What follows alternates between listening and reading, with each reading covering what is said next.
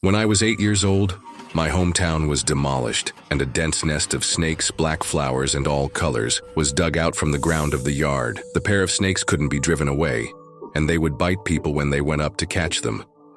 My dad was so angry that despite dissuasion, a bucket of gasoline was poured down, and the smell of the snake being burned could be smelled in half the village.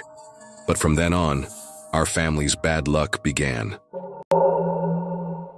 That night, my father died in the toilet. He was bitten alive by a snake.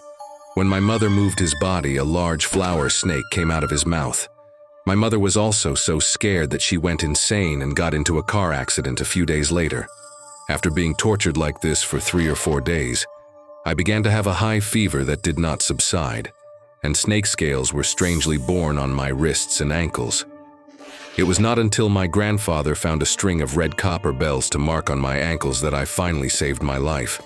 The fever subsided, and I no longer felt the suffocation. The harmful snake scales on my body gradually subsided and disappeared. I thought the nightmare was over, but those snakes couldn't torment me and started to deal with our other children and grandchildren.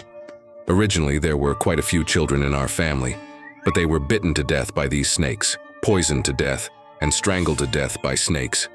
The relatives at home had a lot of opinions on me. They all said that it was the retribution brought by my father's burning of snakes. It was best to bury me and pay the debts to those snakes that were burned to death.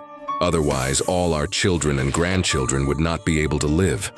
My grandfather refused to live and tried his best to protect me. I grew up trembling like this. On my 19th birthday, the back of my hand suddenly began to turn black, and the outline of the snake forest was faintly revealed again. That night was even more excessive, as if an invisible snake had crawled into my bed. They no longer entangled me like they did 10 years ago, but crawled up my thighs, drilling where they shouldn't have. I am no longer a child, and even if I were ignorant, I would understand what all this means. And my grandfather is dead, and no one can ask for a new string of bells for me. Mean life. In desperation, my grandmother pinned her last hope on the Huang woman in the next village. At first, this woman was unwilling to let us in, saying that she couldn't handle it. In the end, she couldn't stand my grandmother's begging, but she still refused to care about our family's affairs. Help me figure out the hexagram. Huang Po's house was a little cold and dim, and there were many tree signs on the shelf. He asked me to draw lots from the barrel in his hand, and I even drew 3,000 dead lots, until my trembling hands drew the 4th lot, and it suddenly became the upper lot. Huang Po said that I might still have a chance, but the money was too strange. He couldn't solve it, so he had to ask his immortal family. Huang Po took us into his ancestral hall. In the ancestral hall, there was a row facing the south. There were 4 large characters of Huang Xiantaiye written on red paper and black letters. He told us not to talk too much, lit an incense, bowed to the row, announced my birthday, read a few strange words, and then inserted the box. Who would have thought that as soon as the box was inserted into the shadow under his feet, something slowly crawled up on him.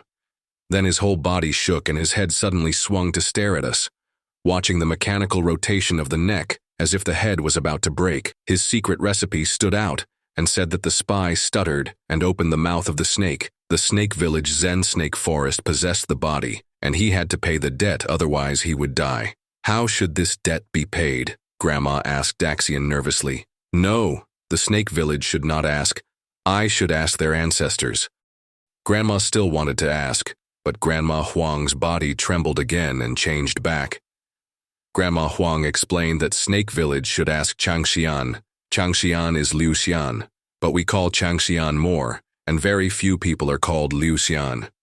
Hearing that Grandma Huang said that she would ask Changxian again, I felt a little uncomfortable. My family has to pay off the debt, but how should I pay it?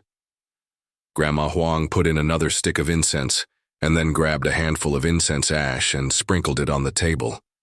The incense ash was automatic without wind, and it didn't take long for it to be twisted into a person's name. When she looked at me again, her lips trembled a little.